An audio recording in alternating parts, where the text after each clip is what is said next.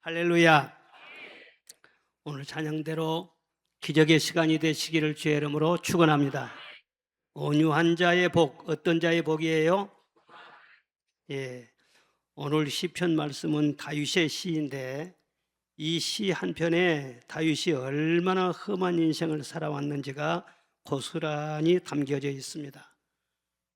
다윗은 특별히 사울 왕에게 심한 미움과 시기를 받아서 애매하게 억울한 일을 많이 겪어야 했습니다. 군대를 풀어서 온 이스라엘을 이잡듯이 수색을 하는데 집에서나 굴에서나 어디에서든지 하룻밤도 편하게 잠을 잘 수가 없었어요. 그런 사울이 이제 죽었습니다. 그 후에 다윗은 왕위에 오르게 됩니다. 그런데 왕이 됐다고 해서 편안해진 것이 아니라 신복들이 괴롭히지요. 아내가 또 괴롭히지요. 아들이 대적하지요. 40년 동안 왕위에 있으면서 기근이 들지요. 나라에 전염병이 덮치지요. 바람 잘 날이 없었습니다. 그런데 그때마다 하나님께서 언제나 다윗과 함께 하세요. 그리고 안팎의 모든 환난을 다 잠재우시고 이스라엘에 많은 왕이 있지만은 이스라엘 중에서도 가장 영광스럽고 존경을 받는 그런 왕이 되도록 우뚝 세워 주신 것입니다. 사자 앞에 순한 양처럼 저항할 줄도 모르고 미워할 줄도 모르고 그저 무슨 일이 있으면 하나님 앞에 엎드려서 기도하고 하나님을 바라보면서 늘 울며 통회하면서 그렇게 하나님만 의지하고 살았는데 하나님께서 그에게 놀라운 영적인 권세를 주신 거예요. 그래서 이스라엘의 영원한 왕이라고 할 만큼 그를 높여주셨습니다. 온유한 자는 복이 있는데 땅을 차지할 것이라, 그런 말씀이 오늘 나옵니다. 옛날에는 왕이 지방 영주에게 왕권을 줄 때에 땅을 주었다고 합니다. 그래서 땅을 차지한다는 것은 왕권을 뜻하는 거예요. 바로 다윗이 그런 왕권을 하나님으로부터 받은 것입니다. 예수님도 온유한 자는 복이 있나니 땅을 기업으로 차지할 것이라 팔복에서 말씀을 하셨어요. 땅을 기업으로 받는다는 말은 영어로 오너십이라고 그럽니다. 그래서 땅을 내 소유로 삼고 즐긴다, 그런 뜻이 있는 거예요. 뭐든지 하나님이 나를 위해서 행하셨다, 그렇게 믿고 내 소유가 됐든지 내 소유가 아니든지 간에 하나님이 나를 위해서 주셨다, 그렇게 생각을 하고 찬양하면서 그 하나님을 즐거워한다는 거예요. 우리들도 땅을 기업으로 받는 복을 받으면 항상 그렇게 즐겁게 살 수 있게 될 줄로 믿습니다. 모든 것이 하나님이 나 중심으로 행하셨다. 오늘의 태양이 솟아오르는 것도 나를 위해서 해가 뜨게 하신 줄로 믿습니다. 오늘 주의를 주신 것도 내게 은혜를 주시려고, 오늘 목사님 말씀을 전하신 것도 나를 위해서 준비된 그런 말씀을 주신 줄로 믿습니다. 우리나라도 나를 위해서, 직장도 가정도 우리 교회도 다 나를 위해서 주셨다. 그러니까 이대로가 좋은 거예요. 늘 자족하고 적고 많고가 상관없이 그냥 만족한 거예요. 왜냐? 다 하나님이 주셨기 때문에. 하나님이 지으시고 내게 다 누릴 수 있도록 허락하신 것을 믿기 때문에 모든 것을 축복으로 알고 그저 만족한 거예요. 이게 바로 땅을 기업으로 차지하는 복인 것입니다. 누구에게 주세요? 온유한 자에게. 이 온유는 하나님이 인간에게 주신 기본적인 성품이었습니다. 그런데 인간이 타락함으로써 이것을 잃어버렸어요. 성격이 그냥 아주 깨떨어져 버린 거예요. 물론 사람들 성품 중에서 좀 부드러운 성품도 있고 과격한 그런 성품의 사람도 있지만은, 온유하다 여기서 말씀한 것은 그런 인간의 본성을 말한 것이 아닙니다.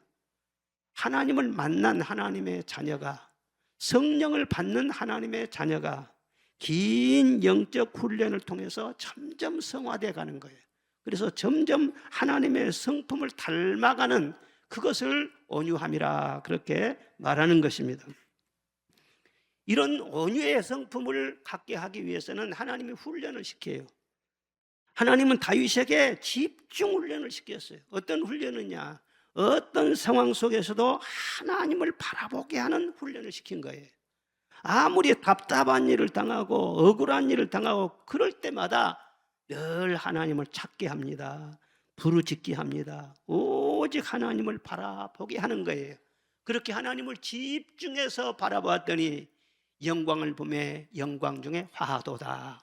하나님은 온유하신 분이기 때문에 나도 하나님처럼 점점 그렇게 변화되어 간 것이죠.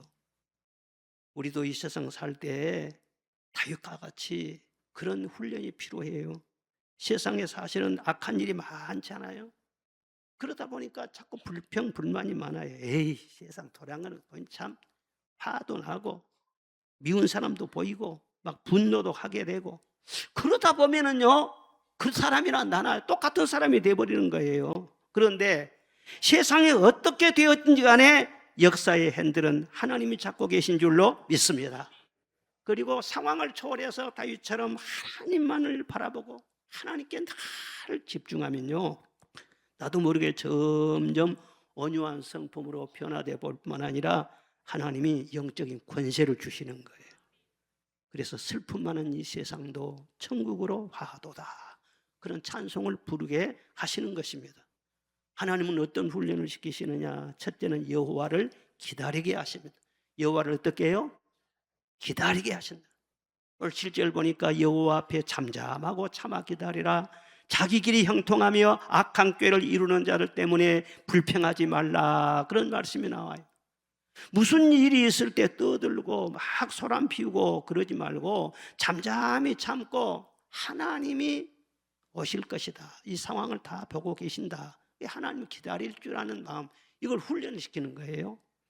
하나님은 보이지 않지만 모든 상황을 다 보고 계시잖아요. 멀리 계신 것 같지만 아닙니다. 아주 가까이 계십니다. 그리고 우리가 생각한 것보다 훨씬 속히 오시는 거예요.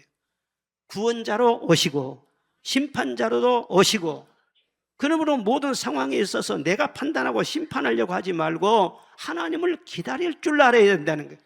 그런데 이게 쉽게 안 돼요. 사람 마음이 성급해가지고. 모세도요, 많은 시행착오를 거치면서 이런 온유한 사람이 될 수 있었습니다. 민수기 12장에 보면 모세는 온유함이 지면의 모든 사람보다 승하다 그랬어요. 천지의 많은 사람 중에서 모세가 제일로 온유함이 뛰어나다, 하나님이 그렇게 인정하신 겁니다. 그런데 사실 모세는요, 성격이 굉장히 과격한 그런 사람이에요. 동족을 학대하는 애굽인 감독을 보고는요, 격분했어요. 그리고 그 자리에서 애굽 사람을 쳐서 때려 죽였잖아요. 그 일이 탄로가 돼가지고 미디안 광야로 도피해서 40년 동안 광야에서 은둔 생활을 했던 바로 전과가 있는 사람이 모세인 것입니다. 그리고 또 나중에 호렙산에서 금식 기도를 한 후에 하나님께서 십계명 2돌판을 딱 준비해 주셨는데 그걸 약속에 가지고 내려오는데, 이스라엘 백성들이 금송아지를 만들고 막 우상 숭배를 하고 막 춤을 추고 그러는 거예요. 대노를 했습니다. 그래서 십계명 2돌판을 그냥 그대로 던져버렸어요. 아니, 아무리 성질난다고 말씀을 던지면 되겠어요? 말씀을 깨면 안 되지. 그걸 던져버렸어요. 다시 또 받아야 되죠. 그래서 다시 하나님께서 시내산으로 올라오라고 했어요. 또 올라가가지고 40일 금식에 40일 금식에서 십계명 받았는데 그거 깨버리고는 다시 또 40일 금식, 80일 금식한 사람이 이 모세란 말이에요. 그렇게 혈기가 많은 사람이었어요. 또 이스라엘 백성 물이 없다고 그러니까 하나님께서 반석을 가르치기만 해라, 그러면 물이 솟아나게 될 것이다. 그런데 백성들이 막 물 달라, 목말라 죽겠다, 막 찌를 물 달라. 그러니까 그걸 보면서 막 열이 받은 거예요. 그래가고는 내가 이 패역한 족속들에게 물을 내랴 하면서 지팡이로 하나님이 가르치라고 했는데 2번이나 꽝꽝 그렇게 친 거예요. 그래서 물이 솟아나오기는 했지만요, 하나님 앞에 너는 왜 나의 거룩함을 드러내지 못했느냐? 너 가나안 땅 못 들어가. 가나안 땅 가는 길이 탕 막혀버렸어요. 참, 아무리 화가 난다고 해도 하나님의 때를 기다릴 줄도 알아야 되는데 막 화내지, 폭력을 행하지, 던지고 막 깨뜨리고 그러다가요, 안 할 고생을 얼마나 많이 했는지 몰라요. 하나님 우리에게 그런 고생을 준 것이 아니라 내가 사서 고생을 그렇게 만들어서 하는 격인 것입니다. 그렇게 이제 지내다가 모세가 80이 훨씬 넘어서 또 구수 여자를 첩으로 그렇게 들였네. 아니, 하나님의 사람이 이게 무슨 짓입니까? 어찌 그럴 수가 있어요? 그래서 그의 누나 미리암이요, 그걸 못 봐줍니다. 흥분을 하면서 하나님의 사람이 어찌 그럴 수가 있냐고 막 모세를 나무라한 거예요. 그런 때도 보면 모세가 아무 말을 하지 않습니다. 말대꾸도 하지 않고 변명도 전혀 없어요. 누구든지 그때 그런 말을 들으면은요, 너는 얼마나 깨끗하냐, 한마디 할 수 있잖아요. 나도 사람인데 뭐 하면 변명도 할 수 있다. 할 말이 있을 것인데요, 아무 말을 하질 않아요. 아무 원망이 없어요. 하나님이 보고 계시는데, 또 내가 잘못한 것도 사실인데 하나님의 판단이 있겠지. 하나님을 기다리신 것이죠. 그리고 하나님이 다 보시고는요, 내 종 모세는 나와 대면에서 서로 말하는 사이인데 네가 내 종이 잘못되면 내가 알아서 할 텐데 네가 왜 옆에서 왈가왈부해. 그리고는 모세를 오히려 두둔해주고 미리암은요 바로 문둥병이 걸리게 해요. 그래 모세가 다 하나님 우리 누나 문둥병에서 빨리 고쳐주시오. 그래가지고 이제 일주일 만에 또 고침을 받기도 했죠. 그러니까 하나님께서는요 그런 모세를 쭉 보시면서 참 모세는 온유한 사람이다. 그리고 때마다 일마다 항상 모세 편을 들어주시고 그에게 위대한 권세를 주십니다. 그 다음에도 무슨 일이 일어났을 때 모세는 직접 나서서 자기를 변호하거나 방어하거나 막 그렇게 말하지 않습니다. 오로지 하나님 앞에 엎드리고 하나님만 기다려요. 그런데 하나님께서는 일어나시고 다 잠재워 주시고 모세를 덤벼가지고는요 성한 사람이 아무도 없어요. 하나님 앞에 잠잠히 참고 기다리면은 하나님이 다 지금도 해결하신다는 것을 믿으시기를 바랍니다. 그러니까 우리를 또 이 세상 살면서 세상 일에 너무 흥분할 것이 없는 것입니다.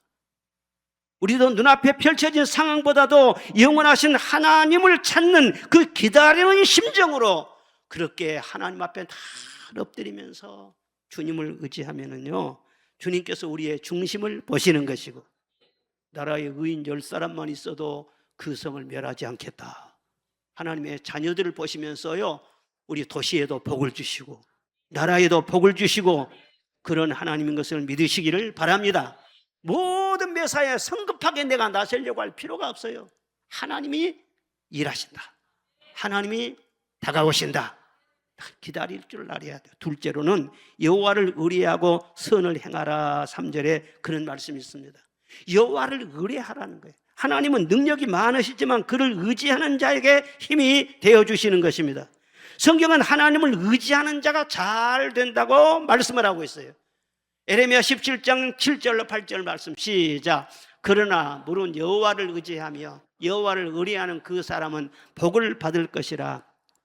물가에 심기운 나무가 그 뿌리를 강변에 뻗치고 더위가 올지라도 두려워하지 아니하며 그 잎이 청청하며 가무는 해도 걱정이 없고 결실이 그치지 아니함 같으리라. 아멘. 쭉 말씀을 보면 한마디로 만사가 잘 된다는 거예요. 하나님 한 분만을 의지하게 되면. 사람을 의지하지 마시기 바랍니다. 세상을 의지하지 마시기 바랍니다. 전능하신 하나님을 의지하면서 이 슬픔 많은 세상일지라도 오직 하나님의 능력으로 이겨나가시기를 바랍니다. 백성들아 시시로 저를 의지하고 그 앞에 마음을 토하라. 하나님은 우리의 피난처시로다. 시편에 말씀을 하고 있어요. 말세 아무리 환난이 심하고 물결이 뛰논다고 할지라도 하나님을 의지하는 사람 하나님이 피난처가 되어주시고 방패가 되어주시고 나의 힘이 되어주시는 거예요. 예? 세상은 힘의 논리가 모든 걸 지배해요. 남녀노소 할 것 없이 힘없는 사람 짓밟힘을 당하고 무시당합니다. 왜 하나님의 자녀가 돼가지고 세상에서 무시당하고 살아요? 하나님이 나와 함께 하시는데 하나님의 능력으로 사시기를 바랍니다. 그리고 하나님을 의지하고 선을 행하라 말씀해요. 선을 행하라는 거예요. 요즘 현대인들은 선과 악의 기준이 모호해졌어요. 무엇이 선인지 무엇이 악인지 기준이 명확하지가 않는 그런 시대가 되어버렸어요. 그런데 그리스도인까지 그렇게 해서는 안 됩니다. 분명히 알아야 돼요. 무엇이 선이에요? 하나님 보시기에 좋으면 선인 거예요. 무엇이 악이에요? 아무리 다른 사람이 옳다고 해도, 내가 옳은 것 같아도 하나님이 틀렸다 그러면 그건 악인 거예요. 누가 뭐래도 아무리 내가 좋아한다고 할지라도 하나님이 악하게 보신 것은 악이에요. 선하게 보신 것은 선이에요. 그러므로 하나님 보시기에 악한 일은 다 끊고 선을 행하되 꾸준히 성실함으로 식물을 먹듯이 꾸준하게 선하게 살아라. 하나님이 다 그걸 보신다는 거예요. 시편 37편 27절에 악에서 떠나 선을 행하라. 그리하면 영원히 살리라 말씀을 하세요. 선을 행하면 영원히 살만 나는 인생이 되게 하신다는 거예요. 사람은 다 사실은 불쌍한 존재입니다. 선한 사마리아 사람처럼 길을 가다가 강도를 만난 것처럼, 예? 이 세상에는 하나님을 떠나 사는 강도 만난 영혼들이 너무너무 많아요. 그래서 악한 사탄에게 속고 치이고, 그리고 이 세상 다니면서 고통당하고 피 흘리고 죽고 싶은 그런 심정으로 귀신 들려서 고통당하고 그런 사람들이 너무너무 많아요. 이 세상에 아무리 국민 소득이 좋아지고 굉장한 경제 발전이 있다고 할지라도 사람은 영물이에요. 하나님의 성령을 받지 못하고 그 속에 악한 사탄이 들어가는 사탄의 소굴이기 때문에는요, 지옥 가기 전에 이 세상에서도 죽을 맛이라는 거예요. 뭐가 선이냐? 영혼을 영적으로 볼 줄 알아야 돼요. 하나님을 떠난 영혼이 가장 불쌍한 자들이에요. 그들을 위해서 기도해주고 그들에게 주의 복음을 전해주고, 이것이 선인 줄로 믿습니다. 그리고 맹수 한 그릇이라도 목마를 때 베풀어주면서 위로의 말을 한마디를 하고, 무엇보다도 가장 선한 것은요, 선한 말을 해주는 거예요. 그것이 가장 귀한 거예요. 하나님도 우리에게 말씀을 주지 않아요? 우리를 사랑하시기 때문에. 그런데 말씀 속에 창조가 있고 치료가 있고 말씀 속에 기쁨이 있고 말씀이 양약이 되고 말씀이 놀라우신 능력이 나타나요. 그러니까 하나님의 말씀을 제대로 잘 이렇게 받아들이면요, 그 말씀 속에서 어마어마한 천국을 경험할 수 있게 되는 것입니다. 그런데 사랑하는 사람이면서 불쌍한 사람 보면서 말을 한마디 하지 않는다. 속에 하나님의 말씀이 없는 사람은 침묵이 금이에요. 그런데 속에 말씀이 있고 성령이 깨어있는 그런 사람은 침묵하면 안 돼요. 잠잠하지 말고 말을 하라. 하나님 말씀을 하라. 생명의 말씀을 전하라. 그렇게 말하지 않습니까? 선한 말을 하면은요, 듣는 사람도 기쁘지만 선하게 말을 하는 사람도 영혼이요 살아 움직이는 거예요. 자, 잠언 12장 25절 시작. 근심이 사람의 마음에 있으면 그것으로 번뇌하게 되나 설한 말은 그것을 즐겁게 하느니라. 아멘. 근심을 즐겁게 만들어버린다. 넘어진 자를 일으켜 세우기도 하고 죽은 심령을 살아나게도 하고, 또 16장 24절 시작. 선한 말은 꿀송이 같아서 마음에 달고 뼈에 양약이 되느니라. 아멘. 따라합시다. 양약이 되느니라. 뼈에 양약이 돼. 뼈 속에서 다 피가 생산이 된다. 뼈가 양약이 되면은요, 골수에서 맑은 아주 건강한 피가 그렇게 생산이 되기 때문에 막 건강이 충만하다, 그런 뜻이란 말이에요. 그러니까 선한 말은요, 그렇게 양약을 먹은 것처럼 우리 심령을요 새롭게 만들어주고 모든 생활 속에 강건함을 주시고, 여러분 선한 말을 하시면서 가정에도 사시기를 바랍니다. 좋은 음식 차려놓고 말이죠, 갈비를 뜯어먹고 말이 그래야만이 되는 것이 아니에요. 채소를 먹고 산다고 할지라도 선한 말을 하고, 아이고 우리 오늘 먹어보니까 나 지금까지 이렇게 맛있는 음식 나 처음 먹어본 것 같네. 당신은 역시 최고의 요리사요. 이야, 당신 사랑까지 들어갔네. 정성까지 들어갔는데 진짜로 다 당신하고 밥 먹으니까 살맛이 나네. 아유, 이거 어디서 갖고 와서 맨 풀이나 주고 그러면 그건 안 돼요. 선한 말을 딱 하면서 살면 그것이 음식물이요 다 내게 보약이 되는 거예요. 저녁에도 잠을 잘 때 말이죠, 이상하게 그렇게 골치 아픈 소리 할 필요 없어요. 언제나 하루를 돌아보면서 선한 말을 해야 돼요. 하나님 오늘 하루도 나를 도와주시고 나와 함께 해주신 은혜 되는 말을 해야 돼. 수면제가 따로 없어요. 그런 선한 말을 하고 딱 잠을 자면요, 슬 잠이 들어요. 금방 잠이 들어버려요. 요셉이 왜 그렇게 복을 많이 받았냐? 말이 선해요. 요셉이. 그 형들이 얼마나 그를 괴롭혔습니까? 자기를 인신매매해서 팔아넘겼잖아요. 아주 못된 형들이죠. 그런데도 요셉이가 그 아버지 야곱을 효도하는 그런 마음으로 형제들까지 다 애굽으로 내려라고 해가지고 좋은 땅도 주고 그 조카들까지 다 거둬줬어요. 그런데 자기 아버지 야곱이 세상을 딱 떠나게 되죠. 그래서 장례식을요, 저 가나안 땅까지 가서 거창하게 잘해서 마무리를 해요. 그리고 다시 애굽으로 내려왔는데 형들이 마음속에 말이죠, 걱정이 되는 거예요. 야, 우리 아버지가 이제 세상 떠나버렸으니 요셉이가 과거에 우리 악행을 기억하고 우리에게 보복을 하면 어쩌냐, 막 두려움이 생기는 거예요. 그 마음을 요셉이 정확하게 알아차립니다. 그리고 뭐라고 하냐면, 형님들 두려워하지 마세요. 내가 하나님을 대신하겠습니까?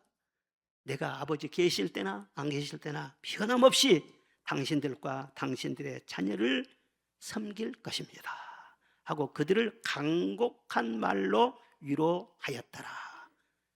장례식 다음에 말이죠, 이 잘못되면은요, 아이고 그냥 막 고성이 오가고 큰 소리 오가고 그럴 수도 있는 거예요. 그런데 장례식 끝난 다음에 요셉의 이 선한 말 한마디로 분위기가 그렇게 좋아졌다. 여러분들도요, 이렇게 요셉처럼 말하면 요셉의 복을 받는다는 것을 믿으시기를 바랍니다. 형제간에도 말 한마디가 얼마나 중요한지 몰라요. 지난주에는 말이요, 우리 둘째 동생 고영우 장로가 저를 찾아왔어요. 그래서 참 좋은 시간을 보냈는데, 아니 제가 식사 대접을 여기까지 왔으니까 해야 될 거 아니에요. 밥값은 내가 내야 할 거. 그런데 굳이 자기가 대접을 해야 되겠다는 거예요. 아이고, 그래서 참 복을 많이 받았는가. 그리고는요, 비싼 거 불렀지 그냥. 그래서 그냥 맛있게 잘 먹었어요. 그리고 식당에서도 그러더니 여기 와서 차를 마시면서도요, 딱 2번 그 말을 해요. 무슨 말이냐 그러면, 내가 오늘까지 예수님 잘 믿고 우리 가정이 복을 받고 이렇게 잘 산 것은 우리 형님과 형수님의 덕분입니다. 형님과 형수가 기도해주고 차를 잘 돌봐주고 그래서 오늘의 내가 있습니다. 가만히 들어보면서 이 속에 있는 말을 담아둔 말을 이거 하러 왔구나. 그래서 내가 날씨도 더운데 이렇게 무더운데 뭐하러 오려고 그러냐, 내가 못 오게 했거든. 그런데 이거 이 말 하려고 왔구나. 마음속에 담고 있는 그 말을 해주고 싶었어요. 아무리 동생이라도요, 교만하면 절대 그 말 못합니다. 형님이 나 해준 거 뭐가 있냐고 이런 식으로 해버리면요, 찬물을 끼얹지. 그런데 내가 뭐 돈 주고 그런 건 없지만은요, 다 형님 덕분에 이렇게 오늘날 잘 살고 있습니다. 그래서 야, 저렇게 참 좋은 마음을 갖고 있으니 자녀들도 복을 받고 교회 장로로서 참 사랑받고 은혜를 많이 받고 저렇게 사는가 보다, 그런 생각했어요. 동생이지만 듣는 사람도 좋지만 말하는 사람도 그렇게 하면 그 입술이 얼마나 복이 있겠어요. 요즘 보면 말에 문제가 많습니다. 이 세상이요, 마귀는 거짓의 아비라고 했잖아요. 하나님의 성령이 없는 자는 누구 조종을 받겠어요. 거짓말이 너무너무 많아. 말로 속이고 말로 그럴듯한 말로 남을 이용해 먹고, 그리고 속상하면 험한 말, 파괴적이고 공격적인 말 함부로 막 쏟아내고. 그런데 성경 말씀 보면 무슨 말을 하든지 설령 무익한 말을 할지라도 말에는 다 심판이 따른다고 했어요. 그걸 생각하고 말을 해야 되는데요, 막 말을 쏟아내고. 학생들을 보면은요, 어디서 그런 험한 말을 배웠는지 말이죠, 그냥 말을. 선생님을 공경하는 그런 것도 별로 없고, 친구들까지 하는 말을 들어보면요, 가관이 아니에요. 저렇게 하면서 저희 앞으로 인생이 어떻게 될 것인가, 말로 자기 인생의 집을 짓고 말로 인생의 길을 닦는 것이거든요. 그런데 저런 말을 하면서 자기 인생이 잘 되기를 바란다. 진짜 끔찍한 거예요. 여러분, 자녀들 잠언 읽히시기를 바랍니다. 잠언 읽히면은요, 잠언에가 다 나와 있어요. 다 나와 있어요. 왜 그런 노력도 안 하면서요, 자녀들 잘 되기를 바라고 그러면 안 되지 않겠어요? 이건 영적인 문제입니다. 마태복음 12장 34절에 독사의 자식들아, 너희는 악하니 어떻게 선한 말을 할 수 있느냐? 이는 마음에 가득한 것을 입으로 말함이라 그랬어요. 왜 세상에 악한 말이 많으냐? 그 이면에 악한 영의 역사가 있다는 거예요. 예수님이 직접 진단하면서 말씀을 하셨어요. 무릇 더러운 말은 너희 입 밖에도 내지 말고 오직 선한 말을 하여 듣는 자들에게 은혜를 끼치라 말씀하셨습니다. 여러분 다 성령 충만받고 방언을 말하고 애언을 하고 시와 찬미와 신령한 노래로 하나님께 찬미를 드리고 그런 여러분 되시기를 주의 이름으로 축원합니다. 아무리 성령 받고 충만한 믿음이 있다 할지라도 벌써 말이 잘못되면은요, 그 사람은 아직 먼 거예요. 말이 구부러지고 말이 부정적이고 그 사람 말을 들으면 기가 빨리고 그러면은요, 아직 먼 거예요. 그런 사람은 말이 믿음이 들어가 있어야 돼요. 생명이 들어가 있어야 돼요. 사랑이 들어가 있어야 돼요. 저 사람 말 듣기만 하면 막 힘이 나고 말이죠. 기쁨이 충만하고요. 그런 입술을 갖는 성도가 되시기를 주의 이름으로 축원합니다.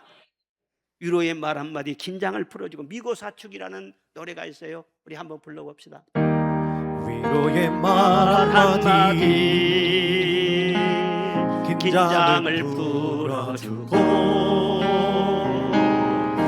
용서의 말 한마디 치유를 가져옵니다. 겸손한 말 한마디 성비 여김받고 교만한 말 한마디 멸망을 가져옵니다. 가장 아름다운 말 미고사주 미안해요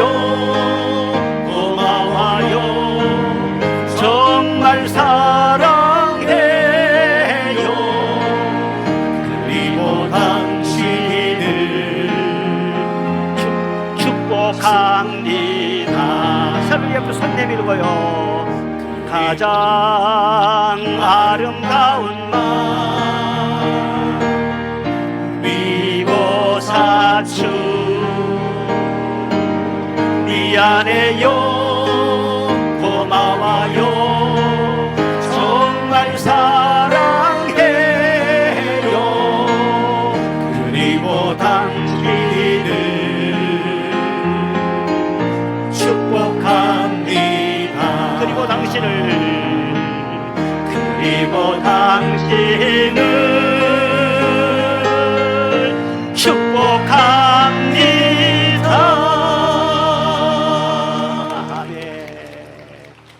이렇게 축복하니까 여러분에게 축복이 임하잖아요. 모든 것은 말씀으로 창조하셨어요. 여러분 또 말씀으로 새 삶을 창조해 나가시기를 바랍니다. 그리고 내 길을 여호와께 맡기라 성경은 말씀합니다. 5절에 내 길을 여호와께 맡기라 그가 이루시고 내 의를 정오의 빛같이 하시리로다. 인생 살아가면 짐이 무거워요. 그러니까 맡겨야 돼요. 맡길 짐이 얼마나 많은지 몰라. 요즘요 짐 무거운 짐 들고 다니는 사람 없어. 택배로 다 맡기고 말이죠. 트렁크에서 다 싣고 다니고 막 그렇게 하지. 짐진 사람이 어디가 있어요. 그런데 마음속에 무거운 짐 이런 것을요 맡기지 못하고 그렇게 하면 얼마나 힘든지 몰라. 내가 그 모든 걸 짊어지려고 끙끙거리지 말고 다른 사람 의지해가지고 다른 사람이 좀 나를 도와주겠지 그렇게 사람 의지하지 말고 여호와께 맡겨라. 할렐루야. 저가 다 이루어 주시고 너를 정오의 빛같이 하시리로다. 잠언 16장 9절 말씀 시작. 사람이 마음으로 자기의 길을 계획할지라도 그의 걸음을 인도하시는 여호와시니라. 아멘. 내가 내 인생길을 계획하고 가는 것 같아도 그렇지 않다는 것입니다. 하나님께서 다 우리 한 사람 한 사람에 대한 인도하심이 있어요. 자, 20장 24절 시작. 사람의 걸음은 여호와로 말미암나니 사람이 어찌 자기 길을 알 수 있으랴. 아멘. 하나님께서 다 인도하시기 때문에 내가 계획 안 들어 안 돼. 왜가 내 지금 여기 있어요? 20년 30년 전에 여기서 예배 드릴까 하고 생각을 했습니까? 못했지. 그런데 하나님이 다 인도를 하셨어요. 우리 미래도요 내일도 몰라. 그런데 하나님이 다 인도해 가시는 거예요. 그 하나님은 지혜로우신 분이시고 선하신 분이시고 나를 사랑하는 분이신 줄로 믿습니다. 그러니까 내 인생길에 대해서요 하나님이 다 뜻이 있겠지 하고 맡겨야 되는 거예요. 살고 죽는 것도 내 마음대로 안 돼요. 우리가 오래오래 병 없이 살기를 원하지만요 그거의 뜻대로 됩니까? 하나님께서 세상 보내는 것도 다 때가 맞게 보내는 것이고 살 만큼 살게도 하시고 우리를 천국으로 데려가시는 것도요, 때가 되면 다 하시는 거예요. 할렐루야. 그러면 주님께서 가자 그러면은요, 아멘. 그리고 가야지. 가자 그러면은 안 가요, 안 가요, 싫어요, 싫어요. 그러면은 하나님도 스트레스 받으시고 나도 힘들고 옆에 보는 사람들고 얼마나 세상이 복잡하겠어. 살 때는 기쁨으로 천국처럼 사시기를 바랍니다. 언제라도 하나님께서 보실 때는 다 구름을 타고 올라가는 엘리야처럼 저 천성이 임하시기를 주의 이름으로 축원합니다. 이 땅에 살면서도 내 뜻대로 뭐가 안 된다고, 이건 내가 원하는 길이 아니에요 하며 괴로워하고 원망하고 막 그렇게 타박하고 그렇지 말고, 무슨 일이 있을지라도 죄 짓는 일 아닌 이상 하나님의 뜻이 있는 줄 믿습니다. 그리고 맡기라는 거예요. 예? 조급해하지 말고 뛰쳐나갈 생각도 하지 말고 하나님의 인도하신다는 것을 생각하면서 현재 주어진 처지에서 말이죠, 최선을 다해. 죄만 짓지 말고 최선을 다해 기쁨으로 하나님 앞에 예배 잘 드리고, 그러면요 그 자리에서도 하나님께서 필요한 복을 주시는 것입니다. 그리고 때가 되고 인내가 차고 하면은요, 환경도 바꿔주세요. 새로운 만남도 주시고 새로운 길을 열어주시기도 하고, 얼마든지 그렇게 하시는 분이에요. 내 생각대로 안 된다고 해서 막 스트레스 받고 하나님 인도하시는데도 아니요, 안 가요, 막 이런 식으로 하면 안 돼요. 그거 온유한 것이 아니에요. 종교개혁자 칼빈 선생은요, 성격이 급한 사람으로 아주 유명합니다. 아주 성격이 강직하고 완벽주의적인 그런 성격을 갖고 있었어요. 스위스 제네바에서 목회를 하셨는데 그곳을 하나님 나라와 같은 거룩한 도시로 만든다, 그런 꿈을 갖고는요, 윤리적으로 종교적으로 아주 흠이 없는 그 완벽한 도시, 술도 담배도 없고 창녀도 없는 그런 깨끗한 도시, 거짓과 불의가 용납되지 않는 그런 사회를 만든다고 말이죠. 정치가들과 다 협력을 해가지고 그 나라를 실질적으로 통치를 냈어요. 목사님이었지만. 그런데 아주 강하게 통치를 냈어요. 그러니까 거기 걸린 사람 반대도 많이 했겠죠. 막 너무 지나치게 한다고 반발도 심했겠죠. 막 처형하기도 하고 말이에요. 감옥에 보내기도 하고 그러면서 막 다스리고 나갔거든요. 그래서는 너무 반발이 심하니까 의회에서 결의해가지고 이 칼빈 선생님을요 추방해버렸어요. 그래서 칼빈은 아무 말 없이 스트라우스부르크로요 가게 됩니다. 거기 자기 친구가 목회를 하고 있었는데 거기 얹혀가지고 조용하게 지내면서 저술 활동이나 해야 되겠다, 책을 쓰면서 그렇게 지냈어요. 그런데 3년이 지난 다음에요, 제네바시가 엉망이 돼버린 거예요. 칼빈한 사람이 없으니까는요, 이 나라가 엄청나게 막 타락한 거예요. 그래서 다시 시의회가 말이죠, 서로 회의를 하고 또 토론을 하고 논의하고 해가 다른 방법이 없다, 칼빈 선생님을 다시 모셔와야 된다. 다시 결의를 하고 대표가 스트라우스부르크까지 찾아갑니다. 가십시다. 그러니까 칼빈 선생이요 의외로 말이죠, 그러지. 그리고 따라 나선 거예요. 친구가 깜짝 놀랐어요. 아니 추방할 때는 언제고 다시 오라 할 때는 언제고, 친구는 자존심도 없냐고, 나 같으면 안 간다고. 그러니까는요, 아니 우리가 하나님 섬기면서 뭐 자존심 내세울 거 있나, 하나님이 가라 하면 가고 오라 하면 오고 이것저것 내려놓고 순종해야지 않겠어. 하나님이 인도하시면 나는 생각하기 때문에 나는 순종하는 거라고. 이게 온유함이거든요.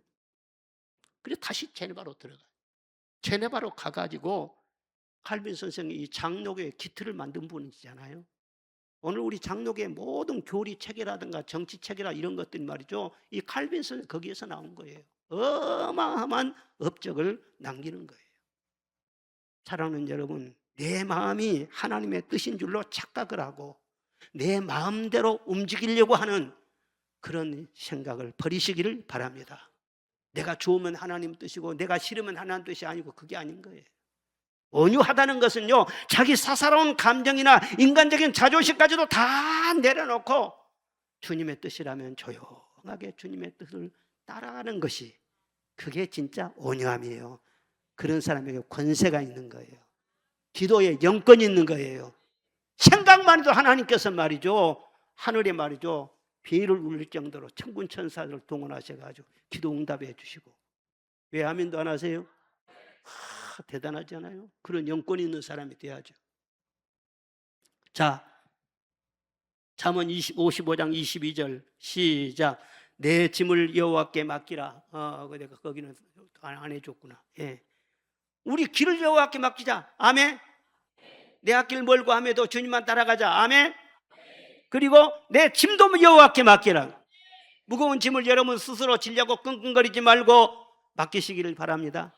걱정도 불안도 두려움도 스트레스도 나를 짓누르는 여러 가지 마음속에 이런 부담감, 그런 건 말이죠, 다 맡겨. 내 자녀들도 맡기고 내 사업도 맡기고 내 미래도 맡기고. 아멘. 너의 행사를 여호와께 맡기라. 그리하면 너의 경영하는 것이 이루어지리로다. 재결주가 경영의 귀재라고 그러죠. 우리나라 사업가들도 경영을 모두 잘한 것 같아요. 그래서 세계적인 기업들이 나오고 그러는데, 하나님은 진짜로 경영에 능하신 분이지. 여러분의 사업을 여러분 스스로 붙들고만 있지 말고 하나님께 맡기시기를 바랍니다. 주님이 사장님이 되어 주시옵소서. 우리 회사 회장님이 되어 주시옵소서. 늘 주님 앞에 기도하면서 지혜를 구하면서, 그러면요 주님의 경영하심 분명히 있어요. 차원이 다르단 말이야. 베드로전서 5장 7절에 너희 염려를 다 주께 맡겨버리라. 이는 그가 너희를 돌보심이니라. 염려 있는 사람이 누가 있겠어요? 가진 것이 많으면 많은 대로 염려가 더 많은 거예요. 어떤 사람은 지나간 일도 오늘 또 염려하고, 앞으로 있을 일도 미래도 땡겨갖고 염려하고, 내가 염려할 것도 많은데 말이야, 다른 사람 염려할 것이 대신 갖고 다 그냥 내가 그냥 짊어지고 또 염려하고.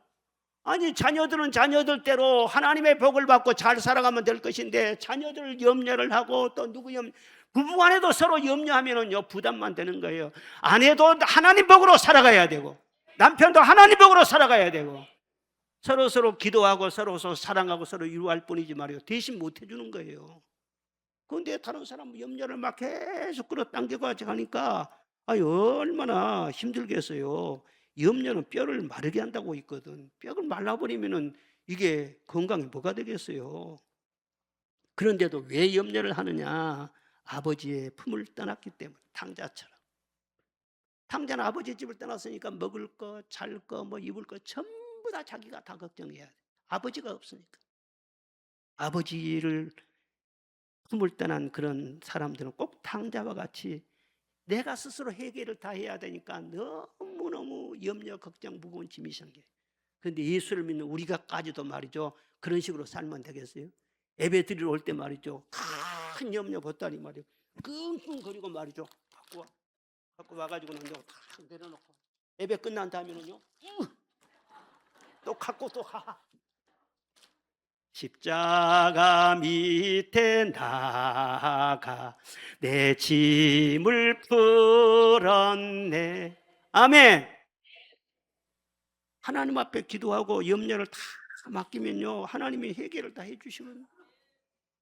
맡기는 것은 기도하라 그 말이에요. 말씀 듣고 순종하라 그 말이고, 하나님은 우리 사정을 다 알아도 사랑해도 해주고 싶어도 기도해야 도와주셔. 기도 안 하면 안 도와주신다고. 성경 말씀에 그렇게 돼 있어요. 아무것도 염려하지 말고 오직 모든 일에 기도와 간구로 너희 구할 것을 감사함으로 하나님께 아뢰라. 그리하면 모든 지각에 뛰어난 하나님의 평강이 너희의 마음과 생각을 지키시리라. 기도하면은요 염려는 가져가시고 우리 마음속에 평강을 심어주시고. 저는 지금까지 다 이렇게 목회를 하고 하면서 진짜 하나님보다 좋으신 분이 없어요. 그리고 기도보다 좋은 것이 없어요. 아니, 기도하라고 할 때 내가 무슨 자격증 가지고 갑니까? 내가 돈을 가지고 갑니까? 기도할 때는 목욕 재개를 하고 막 그냥 막 폼을 잡고 갑니까? 내 모습이 대로 주님 앞에 나와서 아버지 내가 왔어요. 그럼 아버지께서 다 들어주시고. 요즘 노인들이 엄청나게 고독합니다. 엄청나게 고독할 수밖에 없지. 근데 저는 하나도 안 고독해. 하루에도 몇 시간씩, 요즘 기도 시간을 더 늘렸어요. 몇 시간씩 기도 아버지. 그럼 아버지 하나님께서 다 들으시지, 다 말씀으로 이루어 주시지. 그리고 하나님이 된다고 하면 다 되더만. 안 된다면 안 되는 것이고, 걱정 말라고 하면은요 걱정이 이만큼 있어도요 진짜로 걱정 없게 돼버리더만. 기도 응답 없이 어떻게 우리가 예수님 믿고 하나님 자녀로 산다고? 기도 없는 그런 사람들은요, 어떻게 보면은요, 진짜 믿음의 사람인가 한번 시험해 볼 필요가 있어요. 진짜로. 요즘 어떤 주식 많이 오르죠? 삼성 주식이 많이 올라요. 그럼 삼성 주식이 내일은요, 오늘 10만 원이면 내일은 100만 원으로 올라요. 확실해요. 그러면 여러분 빚내서 주식 살 거야, 안 살 거야? 예? 더 이상 말하지 맙시다. 그러니까 뭔가 이권이 있고 뭔가 여기에 하여튼 유익이 있으면은요, 투자를 하지요. 돈도 투자하잖아요. 그런데 기도하는 것은요, 그런 정도가 아니에요. 하나도 기도는 헛된 것이 없어요. 단 하나도. 그런데 기도를 안 한다? 그래, 8월 월삭 새벽기도 하다고 해도 나는 중직자들 요즘 다 내가 잔소리하기로 작정을 했어. 장로님들, 권사님들, 안수 집사님들, 중직자들도 말이에요. 작정을 안 한다? 그러면은 나는 꼬라보려고 생각해요. 삐져버려. 기도로 사시기를 바랍니다. 다 여러분 잘 되라는 소리예요. 아멘. 하나님의 자녀들이 얼굴이 밝고 천사 같고 당당하고, 그래야 여러분 보면 예수 믿을 마음도 생기고 천도도 되고 하는 것이지, 예수 믿어가지고는 얼굴이 노래가지고 말이죠, 핏기도 없이 말이죠, 그렇게 말이죠 죽을 상을 하고 다니면 누가 여러분들 보면서 예수 믿을 생각이 나가서. 성령 충만하시기를 바랍니다. 염려를 다 맡기시기를 바랍니다. 그리고 여호와를 기뻐하라. 그가 내 마음의 소원을 이루어 주시리로다. 신앙생활을 잘하기 위해서는요, 많은 지식이나 신비한 은사가 꼭 필요한 것이 아닙니다. 마음이 가장 중요해요. 어떤 마음이냐, 어떻게 하면 하나님을 기쁘시게 할까, 그런 마음이 항상 속에 깔려 있어야 돼. 그 사람이 예수님 제일로 잘 믿는 사람이고, 그 사람이 나중에 보면은요, 진짜 영육으로 잘 되더라고. 사람은 세 가지입니다. 매사에 나를 기쁘게 하려고 하는 사람이 있어요. 하여튼 나 기분 좋게 하려고 하고, 나만을 위한 사람이고, 어떤 사람은요, 사람을 기쁘게 하려고 하고 맨 사람 비유 맞추고. 그런데 신앙이 제대로 된 사람은요, 나도 사람도 두 번째고 어떻게 하면 하나님을 기쁘시게 할까. 바울사도는 그랬잖아요. 내가 사람을 기쁘게 하랴 하나님을 기쁘게 하랴. 내가 사람 기쁘게 하고 사람 비유나 맞추려고 한다면은 하나님의 종이 아니다. 그렇게 말할 정도로 오직 하나님 기쁨, 하나님 중심으로 그렇게 사는 것을 하나님이 다 보시는 것입니다. 그런 사람에게서는요, 그냥 지나간 것이 아니라는 거예요. 내 마음의 소원을 이루어 주시리로다. 소원만 이루어 주신 것이 아니라 소원에 지나치도록 이루어 주세요. 사람의 행위가 여호와를 기쁘시게 하면 그 사람의 원수라도 화목하게 하시느니라. 관계에 평화가 오고요, 만사 형통한다는 거예요. 그래서 항상 우리 성도들은 보물찾기 하는 그런 심정을 가지고는요, 뭔가 자꾸 연구를 해야 돼요. 뭘 연구해야 되느냐, 어떻게 하면 하나님을 기쁘시게 할까, 거기에 항상 집중을 해야 돼요. 내 폼대로, 내 어떤 습관대로만, 그 테두리 안에서만 신앙생활 하려고 하지 말고, 하나님이 정말 기뻐하신 일이라면 치고 나갈 줄도 알고 도전할 줄도 알고 열심을 내시기를 주의 이름으로 축원합니다.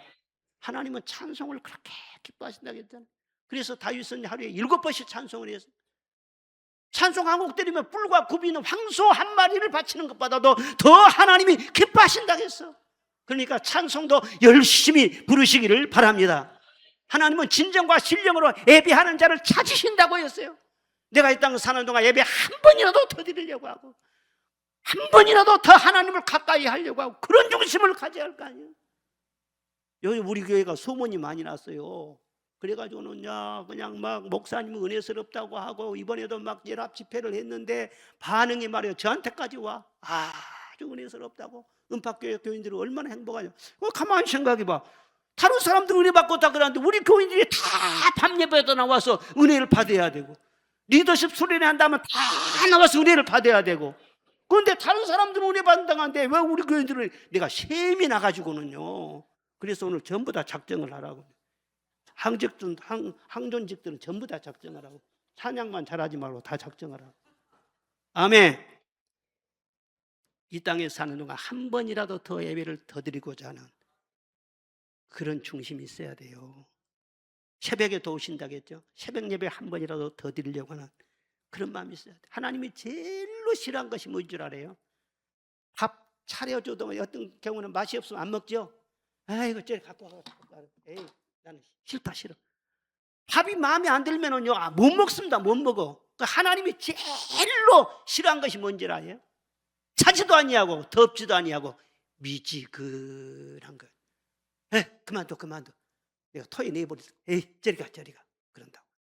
우리 심령이 뜨거워야 돼요. 뜨거워야 돼요. 뜨겁게 기도하게 해야 되고, 뜨겁게 찬송해야 되고, 뜨겁게 예배도 드려야 되고, 열정이 식어져 버리면 주님 미지근해갖고 토해버린다고. 내가 말한 것이 아니라 성경에 분명히 말씀하잖아요. 부지런하게 게으르지 말고 열심을 품고 주를 섬기라고 말씀했잖아요. 피리를 불어도 춤을 출 줄 모르고 반응할 줄 모르면요, 절대 하나님 기쁘시게 할 수가 없어. 이번 여름이 은혜 받는 여름이 되시기를 바랍니다. 새벽에도 열심히 하고 다음 주부터 이제 수련회 다 참여해서 여러분 한 사람 한 사람들이 성령의 불덩어리가 되시기를 주의 이름으로 축원합니다. 이런 온유한 성품은요, 그냥 뚝 떨어진 것이 아니에요. 많은 시련을 통과하면서 하나님께서 은혜로 다듬으시고 배우게 하시고 익히게 하시고, 그래서 이 온유한 성품에 도달하게 하시는 거예요.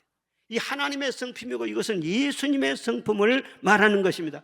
이런 성품을 딱 가지게 될 때요, 대단한 권세가 나타나요. 환경을 다스리게 되고 하나님의 복을 누리게 하시는데요, 먼저 마음이 편안해지는 거예요. 온유한 이 은혜에 이르게 되면. 그래서 왕이 부럽지 않는 참 만족이 주어지는 거예요. 그리고 내 마음이 편안해지면요, 풍랑도 다 잔잔해지게 되고 험한 길도 평탄해지게 되고, 내 마음에 이런 온유함과 평강이 있으면요, 내 앞길을 가로막고 있는 어떤 산이라도 하나님이 옮겨주시는 거죠. 귀신도 떠나가게 하시고 천사들이 와서 돕게 하시고 수종들게 하시고, 온유한 사람이 이런 권세를 주시는 거예요. 그리고 온유한 자가 땅을 차지한다, 그 말은요, 약속의 땅에 들어간다, 그런 뜻도 있는 것입니다. 이스라엘 백성들에게 가나안 땅을 약속했지 않습니까? 모든 이스라엘 백성들에게 다 약속을 했어요. 그런데 백성들 중에서는 들어간 사람도 있고 못 들어간 사람도 있어요. 우리 그리스도인들에게는 어떤 약속을 주셨습니까? 저 천국을 약속하신 줄로 믿습니다.